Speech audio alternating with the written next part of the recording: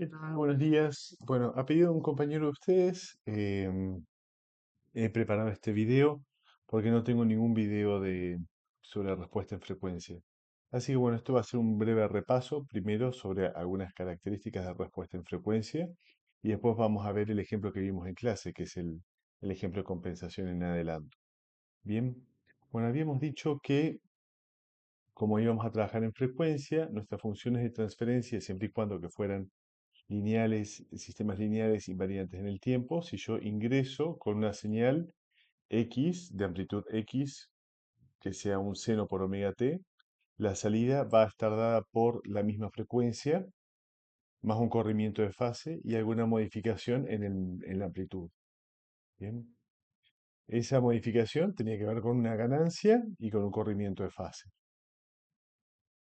Teníamos entonces que estas funciones, que ahora funciones de transferencia que solamente iban a funcionar con frecuencias, podíamos sacar la función de módulo y la función de fase. Y esas dos funciones las podíamos graficar como graficar el módulo y graficar la fase. A esto lo representábamos en un diagrama de Bode, en el que la magnitud estaba dada por el 20 logaritmo del módulo de la función de transferencia y la fase era simplemente la fase.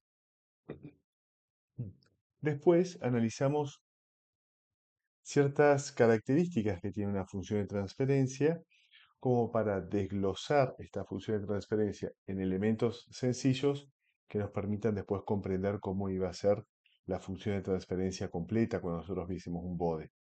Entonces dijimos que teníamos factores que eran una ganancia pura, después vimos factores integrales y derivativos, que serían polos o ceros en el origen, y después factores de primer orden y factores cuadráticos de segundo orden. Bien. Cuando nosotros teníamos que la función de transferencia era solo una ganancia, entonces transformábamos la ganancia por el 20 logaritmo de esta ganancia y eso nos quedaba un valor logarítmico, o mejor dicho, en decibeles, que correspondía a la ganancia. Si la ganancia era un valor positivo o por arriba de 1, es decir, que amplifica, entonces el módulo en decibeles es mayor que cero. Ahora, si la ganancia de la función de transferencia es un valor que atenúa, es decir, menor que 1, entonces se transforma en un valor en decibeles que es negativo. Y es simplemente una recta. Entonces, una recta arriba del cero es algo que amplifica, algo que una línea en cero es algo que no modifica el ángulo, y una línea que fuese por debajo de la línea del cero sería una línea que atenúa. Bien, pero una ganancia constante es una línea constante que pasa por debajo. Después teníamos los polos. Los polos tenían la característica de que como yo tengo el factor j omega en el denominador, entonces siempre me va a aparecer un signo menos. El módulo de los polos siempre es una pendiente decreciente con menos 20 dB por década. Mientras que un cero que tiene esta forma, va a ser una línea hacia arriba con 20 decibeles por década. Después, si teníamos polos en alguna frecuencia, ya no polos en el origen, ceros en el origen, sino en alguna frecuencia, teníamos que la ganancia se mantenía cero hasta esa frecuencia. Fíjense que acá tenemos 1 sobre j omega t, entonces en 1 sobre t tenemos un polo, 1 sobre t y 1 sobre t tenemos el polo, y a partir de este polo viene un quiebre, y a partir de acá actúa este polo con una pendiente negativa de menos 20 decibeles por década. En fase, los polos hacen que una década antes comience a decrecer la fase con menos 45 dB por década y después termina con menos 90 decibeles por década. Con los ceros es exactamente lo opuesto. El cero, ubicado en j omega t, se corresponde a una frecuencia de 1 sobre t. A partir de el módulo viene constante hasta la frecuencia de corte y después comienza con un crecimiento positivo de más 20 decibeles por década, y la fase es, desde una década antes, comienza a incrementarse en 45 decibeles por década y termina de actuar una década después. Después vimos que los factores cuadráticos ya tenían esta característica del zeta. El zeta más pequeño hacía que tuviésemos picos de resonancia cada vez más elevados. Es decir, durante esta parte de la curva, sí, de esta parte de la curva, la función de transferencia no amplifica ni atenúa. Pero en la frecuencia de corte, o en la frecuencia de corte, sí, en la frecuencia de corte, que es donde tenemos este pico, acá tenemos el pico de resonancia, y acá la función de transferencia amplifica y después decae. En la fase, el factor zeta va a hacer que el quiebre de fase sea más o menos empinado. Pero la caída en magnitud siempre va a ser de menos 40 decibeles por década. No 20 como con el polo simple, sino el doble, 40. Bien. Comienza a actuar una década antes y termina de actuar una década después, y el total son menos 180. Así que va en menos 20 decibeles por década, y una década después termina en menos 180. Si nosotros teníamos después una función de transferencia más compleja, entonces podíamos desglosar esto en una ganancia pura de 10, un cero ubicado en omega 1/3.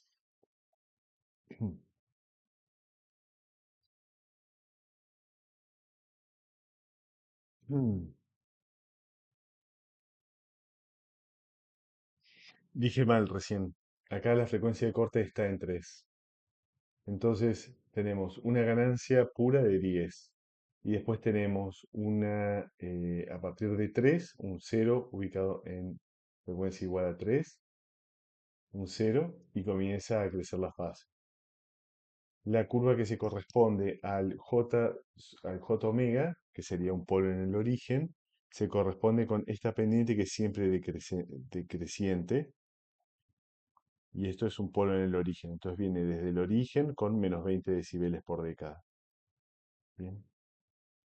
Después acá tenemos en la frecuencia igual a 2, que es esta línea de acá, tendríamos la presencia de un polo. Este polo debe ser debe ser la curva 5 o 4. No, la curva 4. La curva 4 que a partir de la frecuencia 2 decae con menos 20 decibeles por década.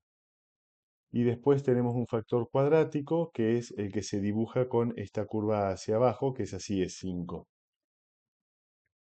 La suma de esto, de todas estas curvas, termina dando el total, que es la curva exacta que figura ahí.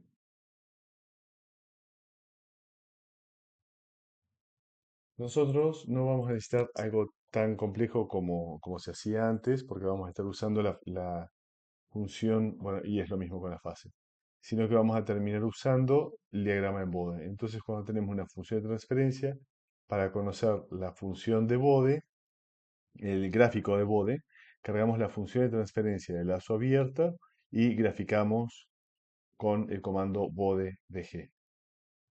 Si nos fijamos en esta, tenemos que la función G es 25, 1, 4 y 25.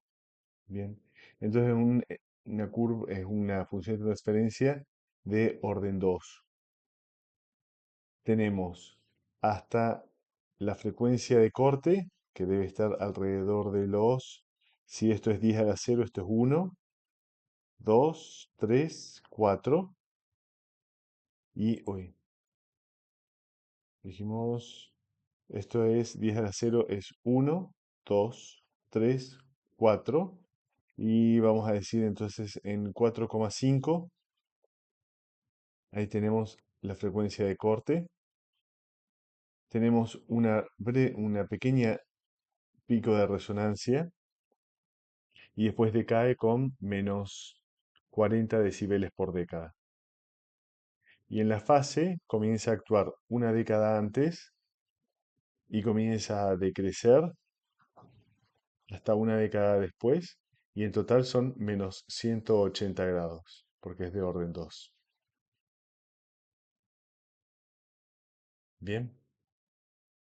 Después hablamos sobre el pico de resonancia, sobre el ancho de banda, que se mide cuando la función de transferencia cae por debajo de los menos 3 decibeles. Eso, ese punto 7 son 3 decibeles.